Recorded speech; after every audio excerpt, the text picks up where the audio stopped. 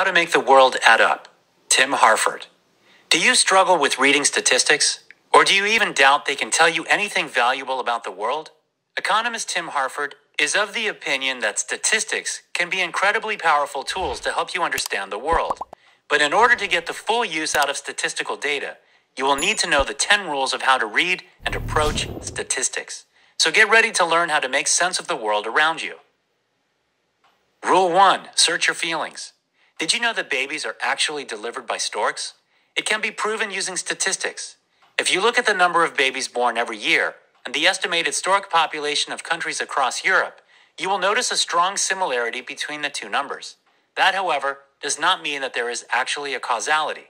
But if you were to draw a statistical graph, you would definitely have some strong proof that there is a connection between the number of storks and the number of babies in any given country. It seems that it can be easy to lie with statistics, but that does not mean you should dismiss them altogether. Statistics can provide valuable information, especially in life-threatening circumstances such as the global pandemic of 2020. You only need to learn how to read statistics correctly and how to separate valuable information from misinformation. The first lesson you should absorb is that your feelings can trump your expertise. As the author writes, the more extreme the emotional reaction, the harder it is to think straight. Don't dismiss your emotional response entirely, but be aware of it and take it into account when dealing with statistics. Rule 2. Ponder your personal experience. Sometimes, statistics will provide a different picture than you might expect from your own experience, or they might even oppose your personal experience completely. Take the author as an example. On his daily commute to work using public transport in London, he regularly notices how overcrowded the tube is. Yet, according to TfL, Transport for London, the crush capacity of a tube train is more than 1,000 people, while the average occupancy is 130. Yet, every time the author takes the tube, it feels like it is filled to crush capacity. How can this be? Obviously, personal experience is just as subjective as an emotional response. Still, though, it should not be cast aside along with feelings. Personal experience can often give important hints as to whether a statistic is trustworthy or not. In the TfL case, there is a simple explanation why the author's personal experience differed so much from the statistics. While some trains run with very few passengers on them, most trains are filled to capacity. But having a few empty trains obviously reduces the number of average train occupants. If you were to measure the situation for the average passenger instead of the average train, you would end up with a number that would much more closely reflect the author's personal experience and that of most of his fellow travelers. Rule 3. Avoid premature enumeration.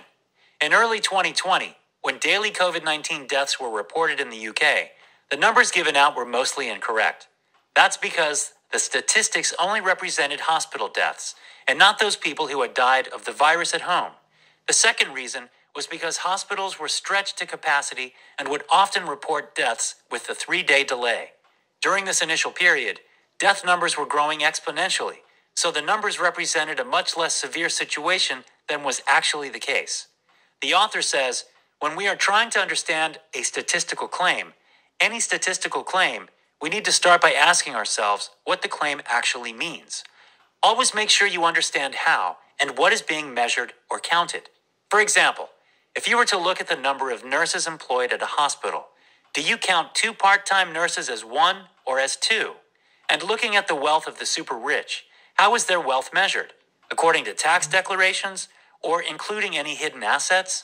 When looking at statistics, we often fall for what the author calls premature enumeration, interpreting the numbers before having clarified what they actually mean.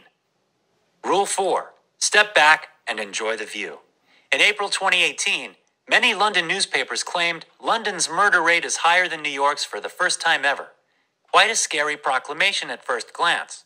But upon reading the article, it became clear that while New York had reported 14 murders in February 2018, London had recorded 15 murders. Objectively, these numbers do not tell you much about the actual risk of getting murdered.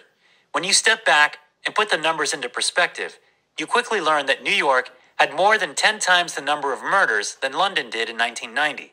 However, since then, murder rates decreased in both cities, a lot more drastically in New York than in London. New York still reports more murders than London yearly, but on a monthly basis, the numbers fluctuate. By looking at statistics with a wider temporal frame, it quickly becomes obvious that the headlines was not big news at all, and in fact, London was safer than ever before. Rule 5. Get the backstory. You may have heard of the study conducted by Sheena Iyengar and Mark Lepper, who, in an experiment, offered shoppers at a supermarket 6 varieties of jam, and another group of shoppers 24 varieties. They then noticed that people seemed more inclined to buy when they had fewer choices, and yet, companies such as Starbucks pride themselves on their endless choices and seem to be doing well. Indeed, for all its popularity, Iyengar and Lepper's study was later disproved by several other studies, but most of these never reached publication. The stories that reach us are often biased. Publishers decide what is worth sharing with us and what is not. That explains why you have probably heard of the less choice is better claim, but not of the countless other studies that proved the opposite was true, or at the very least, showed a slightly different picture. So when faced with statistics, always make sure to check the backstory. Rule 6. Ask who is missing. In the 1950s, psychologist Solomon Asch conducted a series of interesting studies, one of them proving that humans feel pressured to conform with a group, even when the group's actions are obviously wrong. While Asch's studies have been cited and used over and over again, it rarely happens that someone looks at the subjects Asch used for his studies, male American college students, hardly representative of the entire human population. And indeed, many studies use so-called weird demographics, Western, educated, and from industrialized rich democracies. Women are especially underrepresented in statistical data, as Caroline Criado Perez demonstrated in her book, Invisible Women, Exposing Data Bias in a World Designed for Men. Trials for new medical treatments are often conducted on a male demographic, for example, even though medicines often have different effects on people based on their gender. Data is only ever as neutral as the people collecting it. Rule 7. Demand transparency when the computer says no. In recent years, algorithms and big data have become increasingly more popular. In 2009, Google developed the algorithm Google Flu Trends, which had taught itself how to recognize and predict the spread of flu through a population using data from Google searches. For a while, Google Flu Trends was more accurate and quicker than the U.S. Centers for Disease Control and Prevention, CDC, but eventually the algorithm failed. It was not able to predict the summer flu outbreak in 2009 because the algorithm had not looked at casualty, but only at statistical patterns. It had learned to associate the flu with similar search trends that indicated winter. This is not unusual for computer-taught algorithms. One algorithm developed to recognize skin cancer from pictures was fed pictures of both healthy and cancerous skin. It eventually decided that all those pictures with a ruler in it were pictures of skin cancer. Correlation is not causality, so be careful with computer-generated statistics. Rule 8. Don't take statistical bedrock for granted. As Rule 6 has already shown, data is not always neutral. This is exacerbated by the fact that countries all over the world produce their official statistics in different ways. In some countries, there is a lot of pressure from governments on national statistical institutes to report the correct data. Take Argentina as an example. The populist presidents Nestor Kirchner and Cristina Fernandez Kirchner decided to tackle the problem of inflation by tweaking the inflation statistics. Official statisticians were instructed to round down all decimals in monthly inflation figures. This can make a big difference when looking at yearly numbers. When the monthly inflation rate is at 1% instead of 1.9%, you end up with a yearly inflation rate of 12.7% instead of 25.3%.